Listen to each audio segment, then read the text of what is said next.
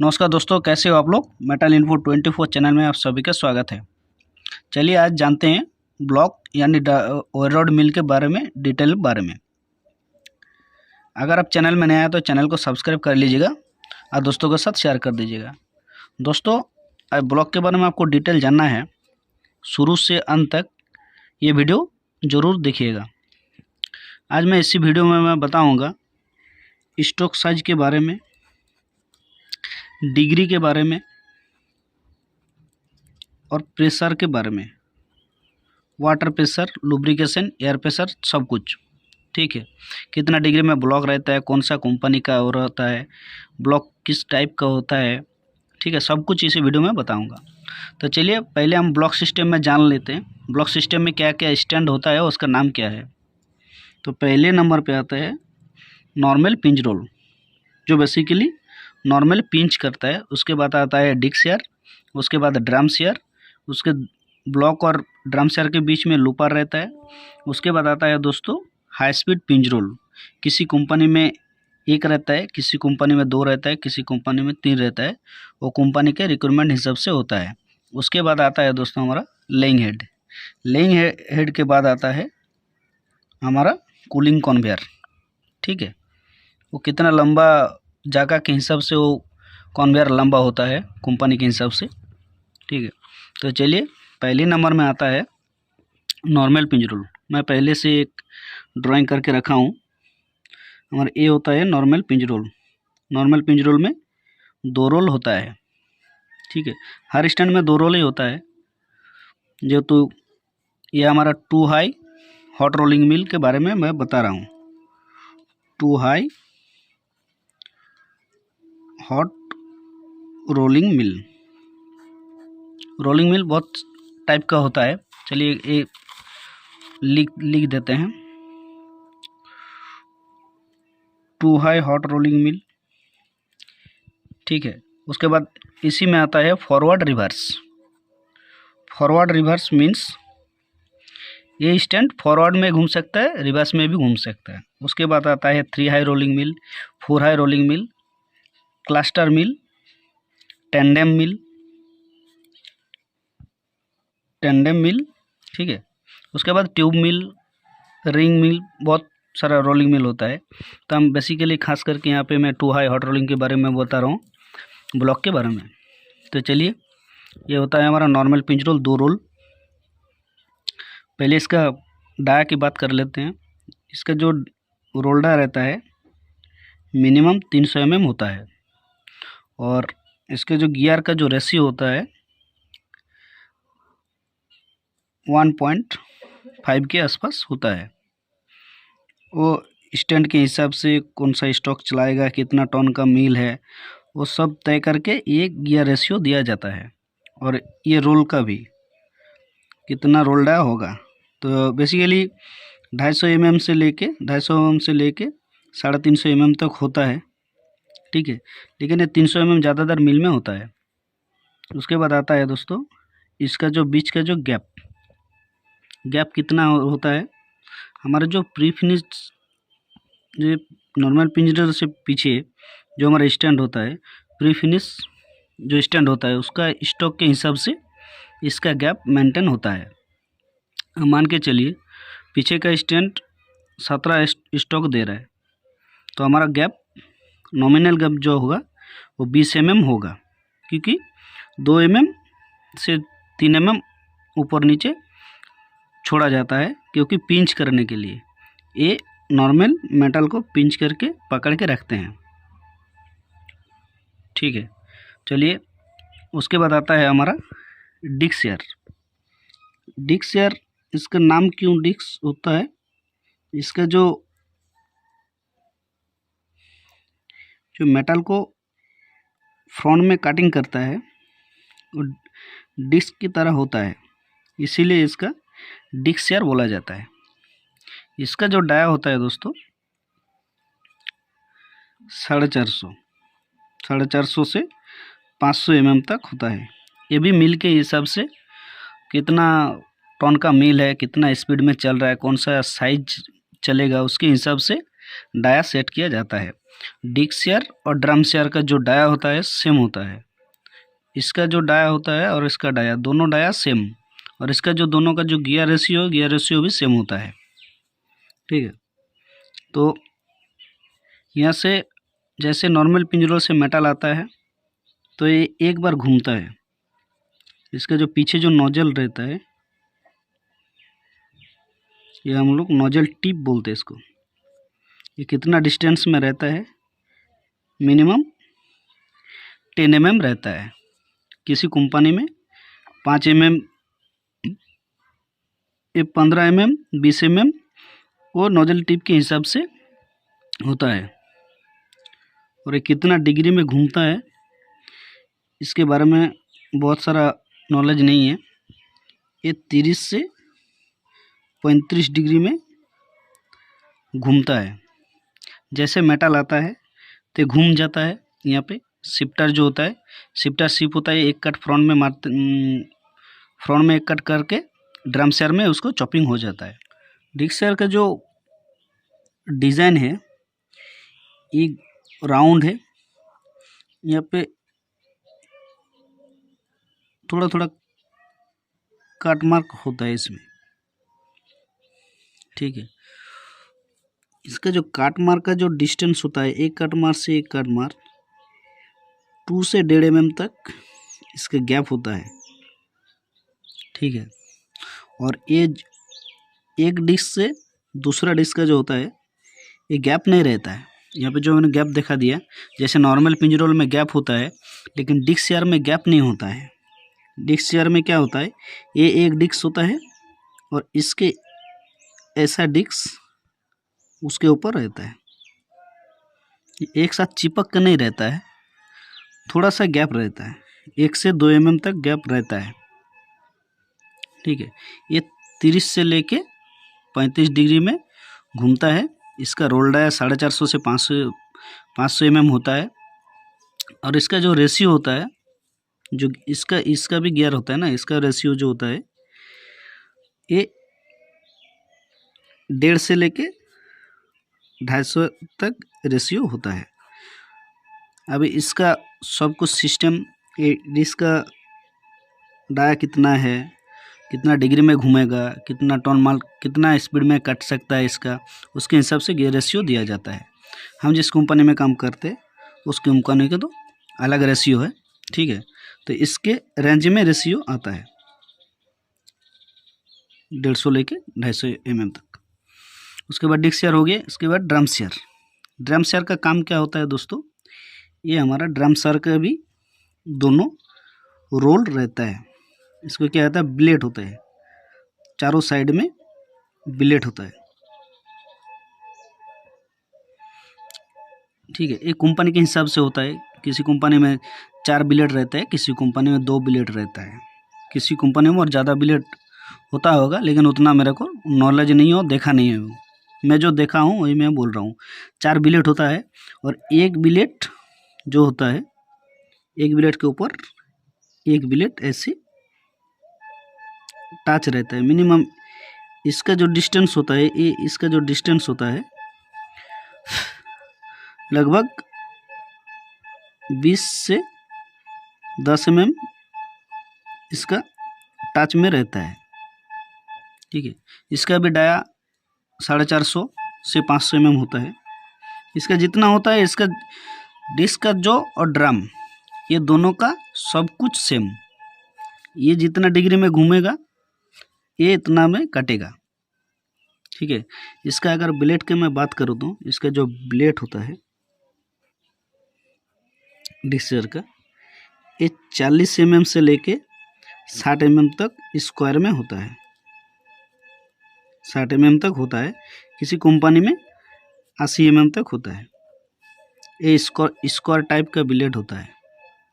और इसका जो विड्थ रहता है, चौड़ाई लगभग 20 से 15 mm होता है। ठीक है, अब आता है दोस्तों लूपर। लूपर में बाद में डिटेल में वीडियो बनाऊंगा, लेकिन ब्लॉक का पहले जो लूपर होता है ड्रम शेयर के बाद, और ब्लॉक के बीच में जो लूपर रहता है वो वर्टिकल नहीं रहता है, हॉरिजॉन्टली लूपर होता है। ठीक है, हॉरिजॉन्टल लूपर रहता है। मैं यहाँ पे ड्राइंग करके मैं दिखा देता हूँ। ये होता है लूपर, ये एग्जिट पॉइंट, ये एंट्री पॉइंट। यहाँ पे एक सिलेंडर लगा हुआ रहता है, न्यूमेटिक सिलेंडर एयर के थ्रू। यहाँ पे एक रोल रहता है जो हम लोग लूपर हाइट मेंटेन करते हैं इसके थ्रू लूपर हाइट मेंटेन करके। इसको हम जितना देंगे 200 mm, 300 mm, 350 mm, जितना हम हाइट देंगे उतना हाइट में कैस्केडिंग परसेंटेज में वो मेंटेन करके रखते हैं। ठीक है, इसका काम क्या है दोस्तों, पीछे जितना सारा स्टैंड होता है, प्री फिनिश स्टैंड, इसके रिलेटेड ब्लॉक सिस्टम में जितना प्री फिनिश स्टैंड होता है वो उसके हिसाब से प्री फिनिश स्टैंड मतलब ये नॉर्मल पिंच रोल नहीं है। नॉर्मल पिंच रोल के बाद कोई भी स्टैंड होगा, चाहे जो नाम देगा BC, TC, राफिंग, कोई भी स्टैंड नंबर 1, स्टैंड नंबर 24, जो भी नाम देगा वो होता है प्री फिनिश स्टैंड। उसका जो RPM इस कैस्केडिंग में इसको लूप हाइट मेंटेन करके रखते हैं। यही लूपर का काम होता है। इसके अंदर बहुत सारा कुछ है, कैस्केडिंग सिस्टम है, आई गेन है, पी गेन है, बहुत कुछ है। इसके बारे में डिटेल में मैं वीडियो बाद में बनाऊंगा। अब बारी आती है ब्लॉक। ठीक है, तो चलिए ब्लॉक, ये होता है हमारा ब्लॉक होता है 1 2 3 4 5 6 7 8 9 10 नाम नहीं दिए। 1 2 3 4 5 6 7 8 9 10 गो स्टैंड।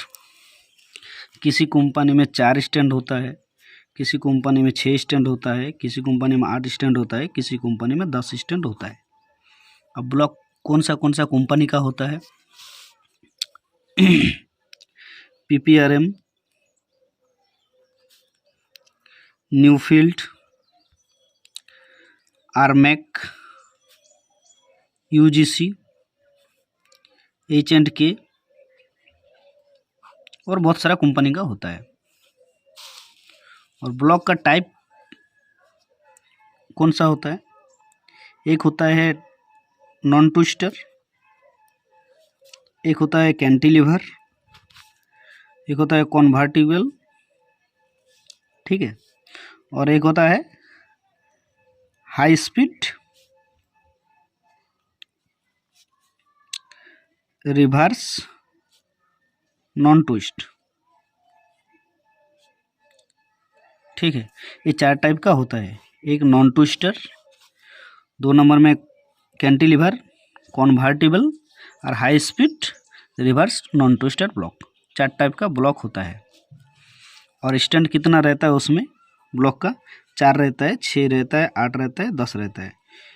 ये हमारा जो फिनिश स्टॉक है कितना mm से लेके कितना mm हम चलाएंगे, 5.5 से लेके 12 mm या 15, 16, 20 जो भी है उतना तक नहीं चलता है। ये 5.5 mm से लेके 10 mm या 12 mm तक चलता है। ठीक है, अब इसका कितना डिग्री में रहता है ब्लॉक, हमेशा यहीं पे लिख देते हैं। आइए, ब्लॉक हमेशा 45 डिग्री में रहता है। वो भी non twister block, cantilever block जो भी होता है सब 45 डिग्री में माउंटेड होता है। ठीक है, तो चलिए पहले स्टॉक देख लेते हैं हमारा 10 स्टैंड का 10 स्टॉक। तो दोस्तों स्टॉक लिख दिया हूँ। मान के चलिए हमारा जो प्री फिनिश स्टॉक है 17, उसके साथ गुना कर दीजिए 0.65, तो उससे गुना करने के बाद हमारा आता है ये 11.05। ये ओवल का है। ठीक है, ये हमारा ओवल का होता है, ये इस साइड का होता है हमारा 11.05। उसके बाद ओवल के साथ 0.80 से भाग कर दीजिएगा। अगला स्टैंड में जो आएगा ये आएगा B1 में और ये होता है B2 में। तो 13.81। अगर 17 स्टॉक हमने लिया तो प्री फिनिश स्टैंड से, तो हमारा B1 का स्टॉक होगा 11.05 और B2 का होगा 13.81। तो ओवल राउंड से गुना कर दीजिए 65 और ओवल से गुना कर दीजिए 0.80। तो ये आएगा हमारा एक एक करके स्टॉक। इसके साथ गुना कर दीजिएगा 0.65। तो अगला स्टैंड का जो B3 होगा, B3 का ओवल आ जाएगा। B3 का जैसे ओवल आएगा उसके साथ ओवल के साथ जैसे मैंने इन्हें भागा कर दीजिए, ओवल के साथ भागा कर दीजिएगा 0.80, तो राउंड आ जाएगा। ऐसे करके आप लोग यहाँ पे जो B1 होता है, B1, B2, B3, B4, B5, B6, B7, B8, B9, B10 सबका स्टॉक आप लोग खुद ही निकल सकते हैं। ठीक है, कोई भी सेक्शन साइज हो, चाहे 5.5 से लेके 12 mm तक आप अपने आप खुद स्टॉक साइज निकल सकते हैं, अगर ये फॉर्मूला आप लोग लगा देते तो। ठीक है, तो चलिए उसके बाद हम बात करते हैं ब्लॉक एक एक स्टैंड का। हमारा जो 10 स्टैंड होता है, चलिए पेज चेंज कर लेते हैं।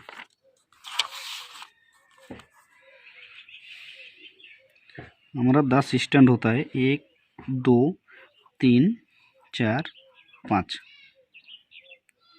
उसके बाद आता है 1 2 3 4 5। ये 1 2 3 4 5 6 7 8 9 10। ये जितना सारा होता है ये एक ही सेफ्ट में। उसके बाद यहाँ पे आता है एक गियर। उसके बाद ये सब आपने एक सेफ्ट में। उसके बाद यहाँ पे एक गियर आता है, यहाँ से हमारा मोटर, किसी कंपनी में 2 मोटर, किसी कंपनी में 4 मोटर, किसी कंपनी में मोटर के कैपेसिटी हिसाब से और ब्लॉक का कैपेसिटी हिसाब से मोटर बिठाया जाता है। ठीक है, लेकिन आप लोग ध्यान में रखिएगा, ऑड स्टैंड एक तरफ और इवन स्टैंड एक तरफ, जैसे ये देखा है मैंने। ये एक ही सेट में जो वीबेल स्टैंड होता है, वीबेल स्टैंड के नीचे जो सेफ्ट होता है, सेफ्ट के एक सेफ्ट के दूसरा सेफ्ट के जोड़ के हमारा जो गियर आता है यहाँ पे, ये जो गियर आता है यहाँ पे हमारा सिंक्रोनाइज गियर आता है।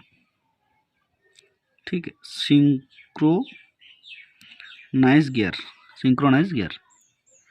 ठीक है, और आप लोग तो देखे होंगे ब्लॉक स्टैंड के नीचे वीबेल के सेफ्ट के थ्रू ये सिंक्रोनाइज गियर में आता है। उसके बाद मोटर, ये मोटर होता है हमारा इनपुट सिंक्रोनाइज। उसके बाद यहाँ पे आउटपुट हमारा जनरेट होता है। और इसके हर स्टैंड का एक अलग सा रेशियो होता है। B1 का अलग रेशियो, B2 का अलग रेशियो, B3 का अलग रेशियो। अब स्टॉक के हिसाब से आपको कौन सा साइज चलाना है, उसी हिसाब से स्काडा में उसका रेशियो, ठीक है, उसका रेशियो देता है। उसके बाद रोल डाया होता है। रोल डाया मतलब जो स्टैंड से आपको मटेरियल चलाना है। अब 6 नंबर स्टैंड से चलाना है तो 6 नंबर स्टैंड का रोल डाया और गियर रेशियो लेना है। अगर 10 नंबर में चलाना है तो 10 नंबर का रोल डाया और गियर रेशियो सिस्टम जो होगा स्काडा में, जो ऑपरेटर होगा, ऑपरेटर के थ्रू सिस्टम स्काडा में बिठाया जाता है। उसके बाद मिल रेडी हो जाता है। ठीक है, उसके बाद हमारा, अगर मैं रोल की बात करूँ तो आप लोग रोल देखे होंगे। रोल कुछ इस तरह के 2 पास का रोल होता है। रोल में एक पास नहीं होता है, 2 पास होता है। ये एक पास और साइड में एक पास, 2 पास का रोल होता है। और इसका जो गाइड बॉक्स होता है, गाइड बॉक्स 230 mm 250 mm तक लंबा होता है। 200 भी होता है, किसी कंपनी में 200 mm होता है, किसी कंपनी में 250 mm होता है, किसी कंपनी 300 mm। जो हमारा गाइड बॉक्स होता है, गाइड बॉक्स का लंबा होता है। लेकिन एक चीज़ आप लोग ध्यान में रखिएगा, जो हमारा ओवल सेक्शन से राउंड सेक्शन में एंट्री होगा तो हमेशा 90 डिग्री में एंट्री होगा, ये आप लोग ध्यान में रखिएगा, ठीक है। तो चलिए उसके बाद आता है हमारा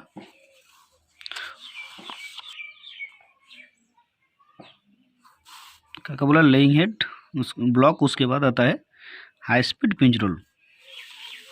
high speed pinch roll, high speed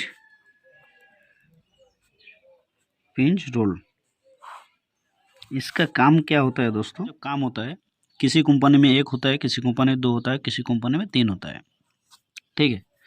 इसका अगर मैं डाया की बात करूँ तो इसका जो रोल डाया होता है हाई स्पीड पिंच रोल का, रोल डाया जो नॉर्मल पिंच रोल का जो रोल डाया होता है उसके सेम रोल डाया होता है। हमारा जो नॉर्मल पिंच रोल का जो रोल डाया होता है वो same roll dia high speed pinch roll में भी होता है, और इसका बीच का जो गैप होता है same to same normal pinch roll की तरह हाई स्पीड पिंच रोल भी होता है। लेकिन इसको हाई स्पीड पिंच रोल और इसको नॉर्मल पिंच रोल क्यों बोला गया? ये नॉर्मली पिंच करता है, ठीक है, और ये हाई स्पीड पिंच रोल जो होता है ये इसका अलग प्रिंसिपल होता है। ये 3 तरह का काम होता है। ये तो फ्रंट का पिंच करता है, उसके बाद छोड़ देता है कुछ टाइम के बाद, उसके बाद पूरा मटेरियल को पिंच करके रखता है, उसके बाद छोड़ देता है। नहीं तो जो हमारा मेटल का जो बैक पोर्शन होता है, बैक पोर्शन को पिंच करता है। ये 3 तरह का काम ये सिस्टम स्काडा के थ्रू होता है। स्काडा में कौन सा हम देंगे उसके हिसाब से हाई स्पीड पिंच रोल काम होता है। और हमारा जो नॉर्मल पिंच रोल होता है वो normal pinch roll normal pinch करके रखते हैं, ज़्यादा पिंच नहीं करके रखते हैं, नॉर्मली पिंच होता है। और high speed pinch roll tail pinch, front pinch और मिडिल पिंच और पूरा जो मटेरियल होता है पूरा मटेरियल को पिंच करके रखते हैं। ये हाई स्पीड पिंच रोल 1 2 3। तो high speed pinch roll block के बाद क्यों दिया गया, ये एक रीज़न है। ये ब्लॉक को मटेरियल का छोड़ने के बाद ये ब्लॉक सेक्शन के लास्ट में जो हमारा 10 स्टैंड होता है B10, उसके बाद हम एक लूपर बॉक्स रहता है। क्यों होता है इसमें, ये भी एक रीज़न है। बहुत सारा इंटरव्यू में पूछा गया कि जो हमारा लूपर जो मटेरियल लूपर बॉक्स होता है क्यों होता है, ठीक है। हमारा जो ब्लॉक सेक्शन से लेके लेइंग हेड तक एक पाइप होता है, किसी कंपनी में पाइप होता है, किसी कंपनी में ब्लॉक होता है। ब्लॉक मतलब ये हमारा ऐसे स्क्वायर टाइप होता है और बीच में होल होता है। ये होल इतना होता है कि हमारा मान लीजिए हमारा ब्लॉक का फिनिश स्टॉक है 12 mm तक चलता है, तो ये 14 mm तक इसका गैप रहता है। उसी हिसाब से जितना स्टॉक साइज हमारा हमको चलाना है उसी हिसाब से ये ब्लॉक का जो ये डिलीवरी चैनल होता है, ये पाइप किसी कंपनी में पाइप लगा रहता है, किसी कंपनी में ऐसे ब्लॉक टाइप लगा हुआ रहता है। तो जैसे हमारा ब्लॉक मटेरियल छोड़ता है यहाँ पे, जैसे ड्रम शेयर काट देता है, उसके बाद हमारा पीछे जो एक झटका सा लेता है, ठीक है। तो अगर ना ले इसलिए हाई स्पीड पिंच रोल बिठाया जाता है कि मटेरियल को झटका ना मारे, पीछे लूप ना बना दे और मिसरोल ना हो, इसीलिए हमारा हाई स्पीड पिंच रोल। इसीलिए बैक पिंचिंग होता है, फ्रंट पिंचिंग होता है, ये टोटल मटेरियल को पिंचिंग करता है। तब बारी आते है जो मैंने इंटरव्यू में सवाल पूछा है, जो ब्लॉक स्टैंड के लास्ट में कोबोल बॉक्स क्यों लगाता है? कोबोल बॉक्स ये एक हमेशा इंटरव्यू में पूछा जाता है कि कोबोल बॉक्स क्यों लगाया जाता है। तो हमारा जो पाइप होता है ये मिसरोल के बाद मटेरियल जो जमा होगा तो कहाँ पे होगा, ये ब्लॉक स्टैंड में इसका अंदर होगा, नहीं तो ये कोबोल बॉक्स में हमेशा मटेरियल जमा हो जाता है।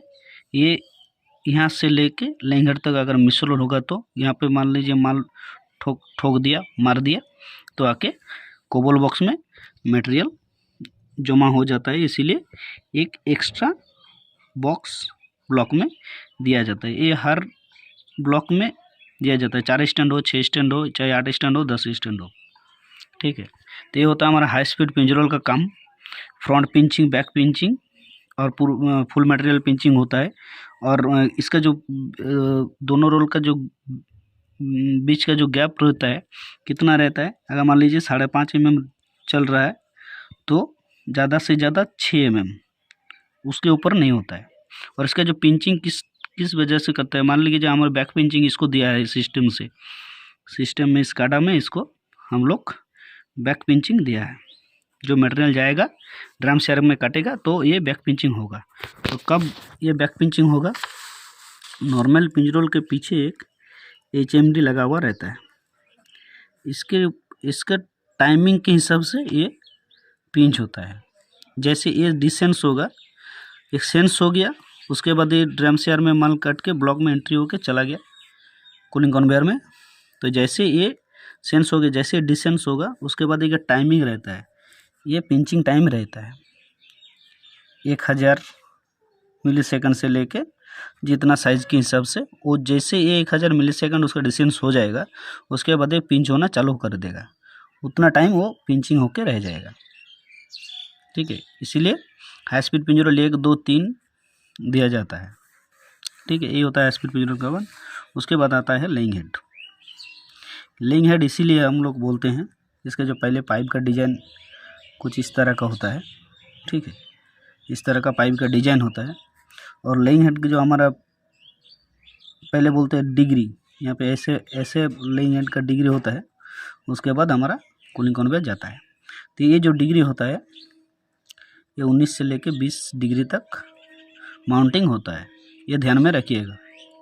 और जो मेन जो प्रॉब्लम होता है यहाँ पे, मटेरियल किस टाइप में यहाँ पर रिंग फॉर्मेशन ये गिरेगा, ये डिपेंड होता है हमेशा पाइप के ऊपर। पाइप कैसा है, पाइप का कंडीशन कैसा है। पाइप जो हमारा ये जो पाइप के लास्ट में लेइंग हेड से थोड़ा सा बाहर की तरफ रहता है, कितना बाहर में रहता है, 5 mm, 10 mm, 20 mm, उसके हिसाब से मटेरियल हमारा स्मूथ गिरेगा कि थोड़ा टेढ़ा बेका गिरेगा, जो भी है वो उस हिसाब से गिरता है।